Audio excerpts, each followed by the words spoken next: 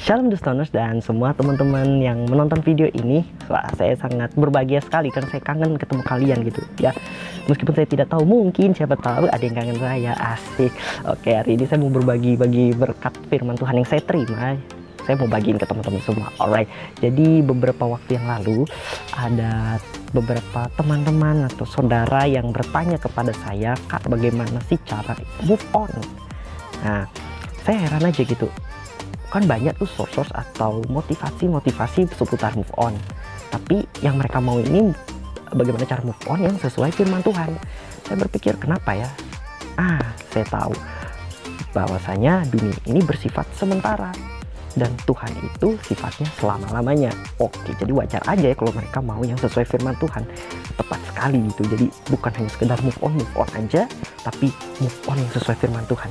Karena ini dijamin pasti permanen. Jadi makanya judul video ini cara move on 100% work dan dijamin permanen. Karena kita berdasarkan firman Tuhan. Oke, saya akan mengutip dari kisah Raja Daud ya. Jadi gini, suatu ketika anak Daud itu sakit ya. Anak Daud sakit dan Daud itu berdoa kepada Tuhan. Dia bukan hanya berdoa, tapi dia berpuasa, bahkan sampai berbaring di tanah, menangisi anaknya, berdoa, meminta, mengharapkan belas kasihan dari Tuhan ya. Singkat cerita, dia berdoa, menangis, berpuasa, berbaring di tanah, tetapi apa jawaban Tuhan? Anaknya meninggal, anaknya dipanggil ya. Mungkin teman-teman ada dalam masalah, tapi belum tentu teman-teman sampai puasa. Mungkin teman-teman diputusin pacar, tapi belum tentu teman-teman sampai berpuasa, nangis, guling-guling di tanah. Belum tentu kan? Ya kan?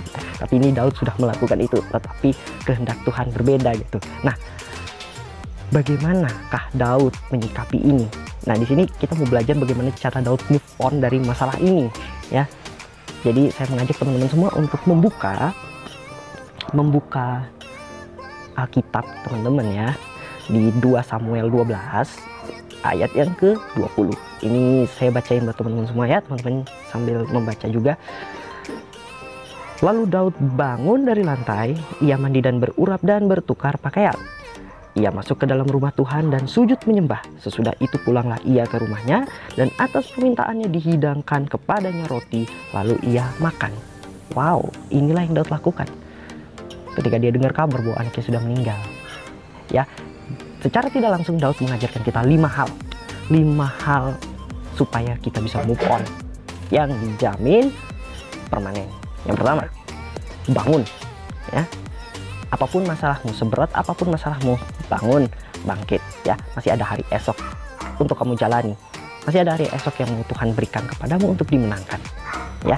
Yang kedua, mandi dan berurap. Nah, kata mandi ini artinya apa sih?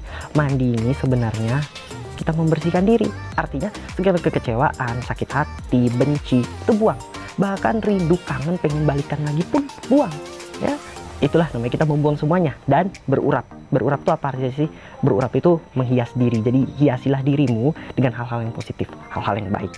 Nah, terus yang ketiga apa sih? Yang ketiga adalah berganti pakaian, bertukar pakaian. Artinya jadilah dirimu yang baru, dirimu yang jauh lebih baik, dirimu yang optimis, dirimu yang berpikir positif. Nah, yang keempat apa? Daud datang ke Tuhan, ia sujud dan menyembah ya. Kalau kita sedang galau, apapun masalah kita, jangan lari kemana-mana, larinya ke satu aja, yaitu Tuhan ya. Karena dialah sumber damai sejahtera, dialah sumber solusi atas segala-galanya. Haleluya. Yang kelima, yang terakhir, makan. Nah, kalau Daud ini makan ya karena dia puasa ya. Dia puasa. Oh, berarti Kak, move on boleh makan? Ya boleh.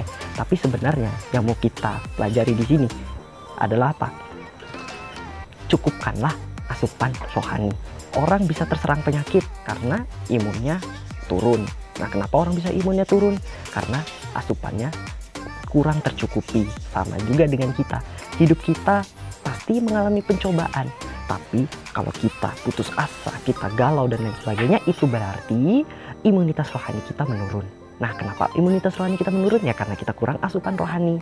Nah, jadi cukupkanlah diri kita dengan asupan rohani. Tapi Kak, aku rajin kok baca Alkitab pagi, siang, sore, malam. Tapi kok aku masih mudah galau. Bukan masalah banyaknya, tetapi kualitasnya. Oh, berarti baca Alkitab satu ayat aja ya? Enggak juga. Ya, nantilah saya bahas di video berikutnya bagaimana kita memiliki quality time bersama Tuhan. Haleluya. Dimulai dengan hal-hal yang sederhana. Oke, jadi itulah yang bisa kita pelajari dari Daud ya guys. Ada 5 hal ya. Saya ulangi lagi. Yang pertama, bangkit, bangun ya. Bangun, bangkit. Jangan betah gitu ya, berbaring dalam kesengsaraan. Kedua, mandi dan berurap. Buanglah segala sesuatu yang ada di dalam hatimu, baik itu kebencian, kekecewaan, bahkan rindu, kangen pun buang. Terus berurap, hiasilah dirimu dengan hal-hal yang positif. Yang ketiga, bertukar pakaian. Jadilah dirimu yang lebih baik, jadilah dirimu yang optimis dan berpikir positif. Yang keempat, datang ke Tuhan, sujud dan sembahlah Dia, karena Dialah sumber damai sejahtera dan solusi di setiap masalah kita. Yang terakhir, makan. Asupilah dirimu dengan asupan rohani yang cukup, yang berkualitas, supaya imanmu semakin bertumbuh dan apapun masalah yang terjadi, kita bisa menanggapinya dengan optimis dan positif. Ya, itu aja dari saya, dan saya yakin percaya teman-teman sangat diberkati ya, karena saya pun sendiri diberkati. Loh, Kak Jimmy diberkati, berarti ini bukan source asli dari Kak Jimmy? Ya bukan, saya ini cuma perantara dari Tuhan aja gitu. Ya, source aslinya ada di Tuhan. Saya ini cuma nyampein aja ke teman-teman gitu ya kan. Jadi kita sama-sama diberkati. Oke, jangan lupa untuk like video ini kalau kalian suka, karena saya yakin pasti kalian suka, dan subscribe juga channel ini. Budayakan subscribe setelah nonton videonya ya.